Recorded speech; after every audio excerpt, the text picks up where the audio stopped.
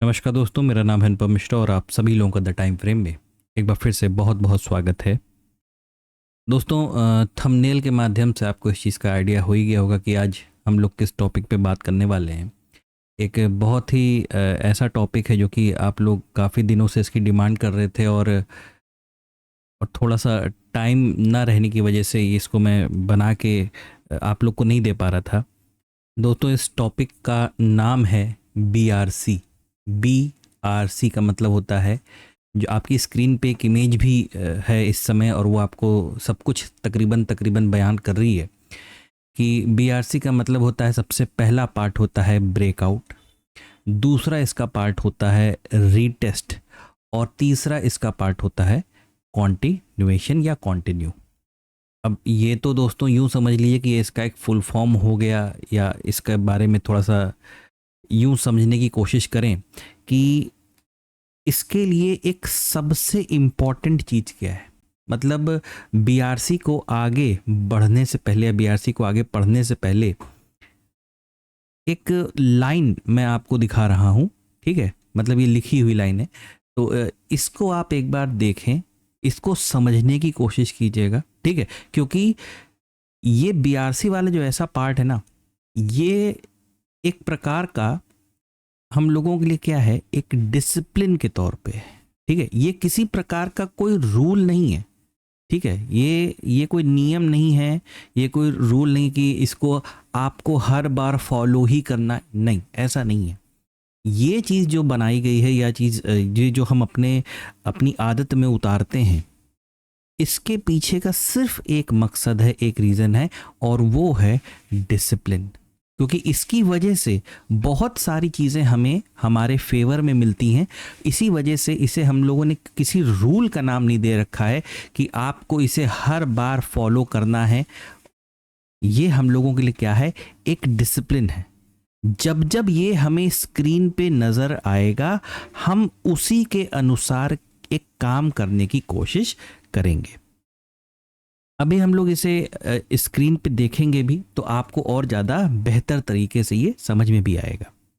दोस्तों, कभी भी कोई स्टॉक या इंडेक्स एक लेवल को जब ब्रेक करता है, ठीक है, फिर वापस उसी लेवल पर आता है और उसके बाद एक ज़बरदस्त मूवमेंट वहाँ से देने की कोशिश करता है।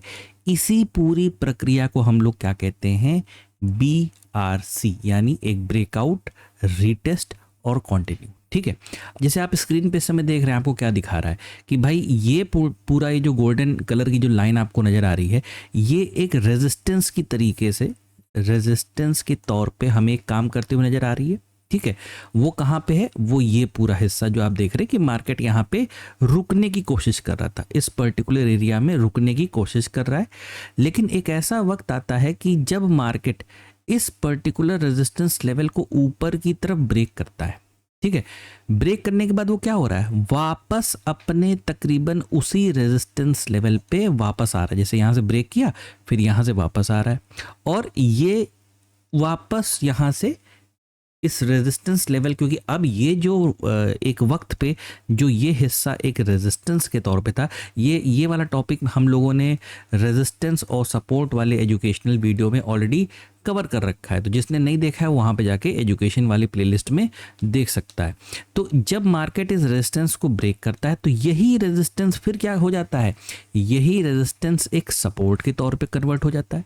और सपोर्ट पे जब कोई पॉजिटिव प्राइस एक्शन, क्या चीज़, पॉजिटिव प्राइस एक्शन डेवलप होता है, और उसके बाद जब मार्केट यहाँ से ऊपर निकलता है तो हमें एक बेहतर और अच्छा ट्रेड देखने को मिलता है। इतना आप समझ गए। मतलब ये एक बेसिक चीज़ है BRC के बारे में, लेकिन इसमें एक छोटा सा ट्विस्ट भी होता है जो कभी कभी हम लोगों को देखने को मिलता है, और यही कारण है जो इसको रूल का नाम ना देके इसे एक डिसिप्लिन का नाम दिया जाता है, ठीक है। रूल देखिए, रूल क्या होते हैं, रूल एक ऐसा पॉइंट है दोस्तों, मतलब ये चीज़ जो मैं आपको बता रहा हूँ, रूल और डिसिप्लिन, मतलब ये स्टॉक मार्केट के संदर्भ में, उसके कॉन्टेक्स्ट में आपको बता रहा हूँ कि रूल का मतलब है कि भाई यहाँ से मार्केट ने ब्रेकआउट दिया, फिर यहाँ पे मार्केट रिटेस्ट किया, अब यहाँ कंटिन्यू कर रहा है, ठीक है, तो हम भी इस तरीके से काम कर रहे हैं। लेकिन कभी कभार क्या होता है कि यहाँ पे गड़बड़ क्या होती है, जब मार्केट इस चीज़ को ब्रेकआउट देता है तो वो सीधे ऊपर की तरफ चलता चला जाता है, वो रीटेस्ट करने के लिए तुरंत नहीं आता है। वो रीटेस्ट कर मतलब इस चीज़ को अगर मैं आपको दिखाना चाहूँ एक रियल चार्ट के ऊपर, तो हम लोग कहाँ जाएंगे, हम लोग जाएंगे डाउ जोन्स के चार्ट पे, और इस डाउ जोन्स के चार्ट पे हमें देखना पड़ेगा वीकली टाइम फ्रेम को। ठीक है, एक वीकली टाइम फ्रेम को हम लोग वहाँ चलते हैं और देखते हैं। जैसे कि यहाँ पे हम लोग देख पा रहे हैं ये डाउ जोन्स का चार्ट है और वीकली टाइम फ्रेम का चार्ट है। ठीक है, यहाँ पे हमें एक स्ट्रक्चर मार्केट में देखने को मिला जो कि कुछ इस तरीके से हमारे लिए वर्कआउट कर रहा था। और अगर आप इस चीज़ को, लेकिन ध्यान दीजिएगा, इस चीज़ को जब आप देख रहे हैं तो केवल वीकली टाइम फ्रेम के अनुसार देखने की कोशिश कीजिएगा।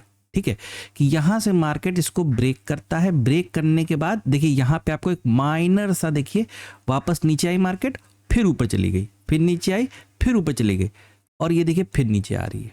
यानी आप इसको समझने की कोशिश कीजिए, मैं समझा क्या रहा हूँ। जब इस चीज़ का ब्रेकआउट, तो अगर आप इसको एक पूरी फ्रेम में देखोगे ना, तो यहाँ पे मार्केट लगेगा कि आपको कुछ नहीं कर रहा है, मार्केट इस चीज़ का ब्रेकआउट दिया और सीधे इसको यहाँ तक लेके चला गया एक चैनल के फॉर्म में, देखिए इस तरीके से।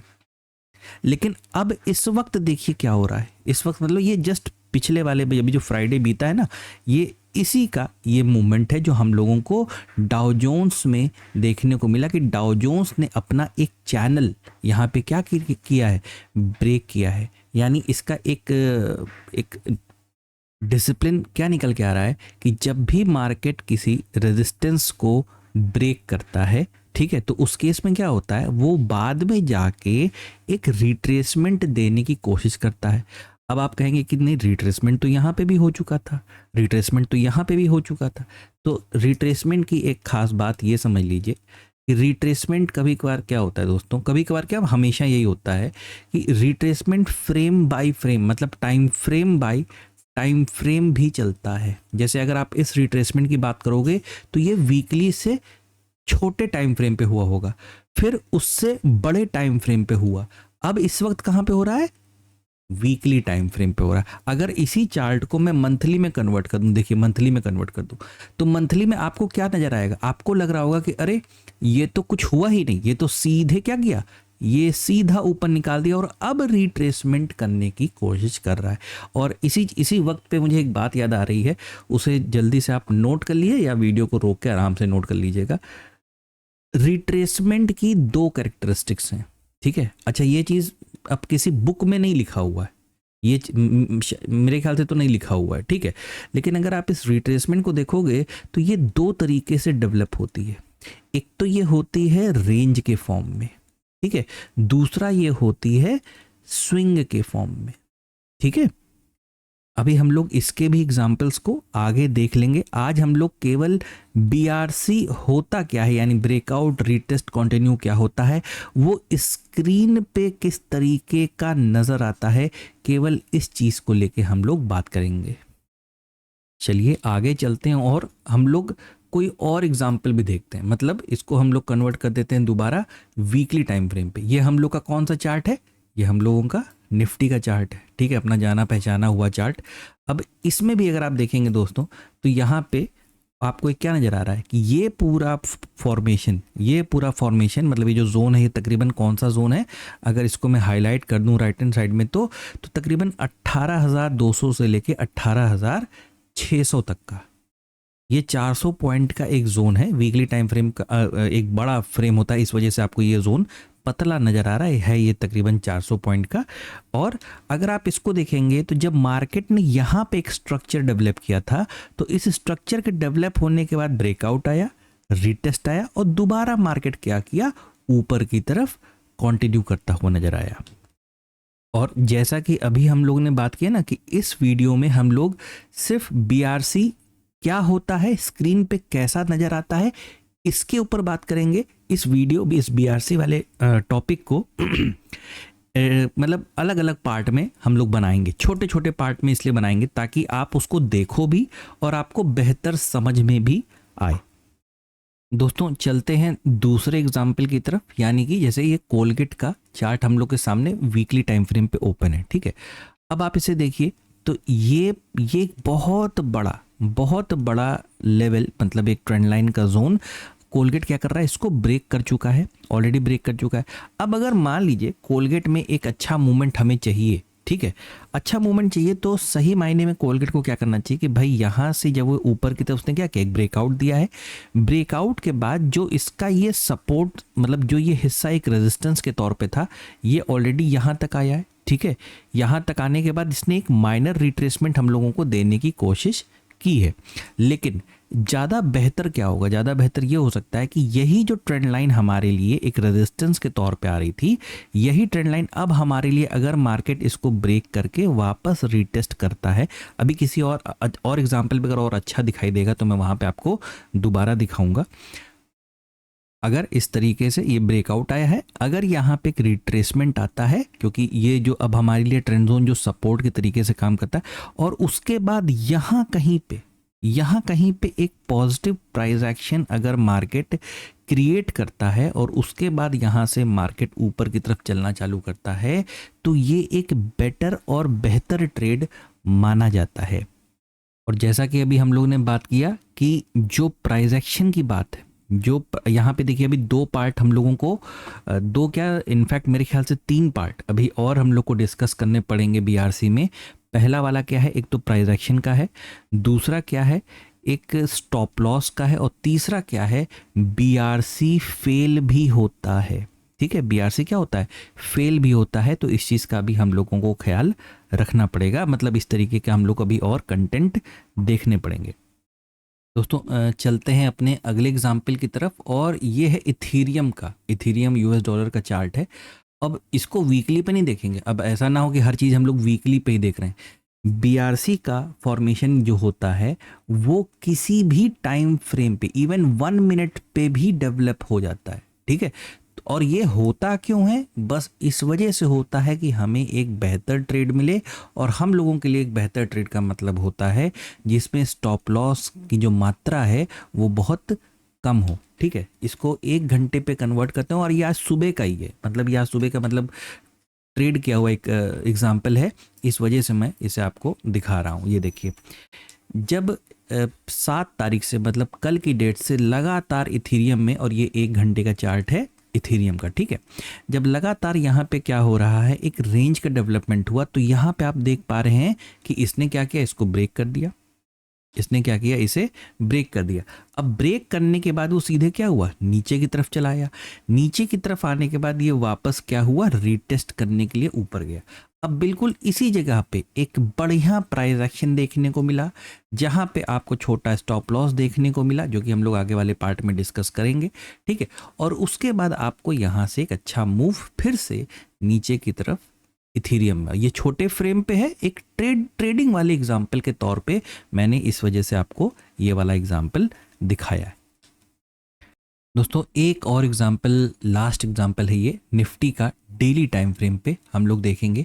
अगर आप इस वाले हिस्से पे थोड़ी सी नज़र रखेंगे यहाँ पे, ठीक है, तो यहाँ पे आपको क्या नज़र आ रहा है, आपको इस पर्टिकुलर एरिया में, मैं यहाँ पे इसे क्या करता हूँ, हाईलाइट कर देता हूं, और यहाँ पे ये क्या हो गया, हम लोगों के लिए एक रेजिस्टेंस हो गया, जहां से मार्केट क्या कर रहा है, बार बार ऊपर टकरा के नीचे की तरफ चला जा रहा है, ठीक है।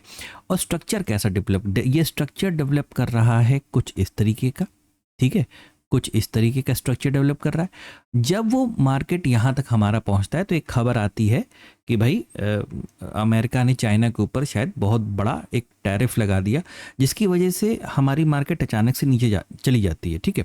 ठीक है, इतने हिस्से को अभी आप क्या करो, स्क्रीन से इग्नोर करो, इतने हिस्से को इग्नोर करो, क्योंकि ये पार्ट यहाँ पे डिस्कस करने का कोई मतलब नहीं है, ये टॉपिक अलग है, ठीक है, जो कि इस वक्त हम लोग फेस कर रहे हैं। ये मैं अपने एनालिसिस वाले वीडियो में ऑलरेडी बता चुका हूँ।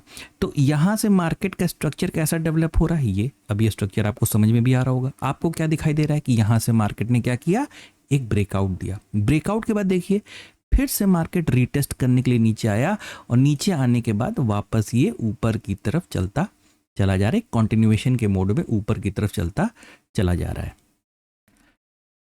दोस्तों बस वीडियो के एंड में बस आपसे यही कहना चाहूँगा कि अब यही चीज़ क्या होती है ना, कि ज़रूरी नहीं है कि हर बार हमें ये चीज़ देखने को मिलेगी, ठीक है। दूसरी चीज़ इसीलिए कहा जाता है कि ये किसी प्रकार का कोई रूल नहीं है। इसे ये मत मान के समझिएगा कि जब भी मार्केट में किसी प्रकार का कोई ब्रेकआउट आएगा, मैं इस चीज़ को समझ रहा हूँ कि मैंने आज जितने भी एग्जांपल आपको दिखाए हैं वो रेजिस्टेंस के ब्रेकआउट के हैं, ठीक है। वीडियो बहुत बड़ी ना हो जाए, इसकी वजह से मैंने इस चीज़ को कंट्रोल में रखा है। आने वाले जो अलग पार्ट इसके बनेंगे BRC के, उसमें मैं आपको सपोर्ट, ट्रेंड लाइन, इन सभी के एग्जाम्पल भी दिखाऊंगा। परेशान बिल्कुल मत होइएगा। इस वीडियो को बनाने का सिर्फ ये उद्देश्य था मेरा कि BRC होता क्या है और वो स्क्रीन पे दिखता कैसा है, ये आपको पता चल जाए। साथ ही साथ एट द एंड बस मैं यही कहूँगा कि BRC भी अपने आप में क्या है, डायरेक्शन है। अगर आप मेरे से मतलब हमारे चैनल से काफ़ी वक्त से अगर जुड़े हैं तो आप ये समझ गए होंगे कि स्क्रीन के ऊपर हम सबसे ज़्यादा तवज्जो अगर किसी चीज़ को देते हैं तो वो डायरेक्शन को देते हैं। इसके अलावा किसी भी चीज़ को नहीं देते। मतलब किसी भी चीज़, मतलब सबसे ज़्यादा हमारे लिए इम्पॉर्टेंट ये डायरेक्शन होता है। डायरेक्शन आइडेंटिफाई होने के बाद हमारे सारे काम चालू होते हैं, लेकिन सबसे पहले हमारा काम है डायरेक्शन को आइडेंटिफाई करना। तो इस चीज़ को भूलिएगा मत कि BRC एक डायरेक्शन होता है, साथ ही साथ ये कोई रूल नहीं है, ये मात्र एक डिसिप्लिन है जो आपको फॉलो करना होता है अपनी ट्रेडिंग स्टाइल में। बस वीडियो को इतना ही रखेंगे BRC के नाम पे, पहले पार्ट के नाम पे। आशा करता हूँ आपको समझ में आया होगा, अच्छा लगा होगा। अगर आपको अच्छा लगे तो please like, subscribe and share my channel. धन्यवाद, नमस्कार।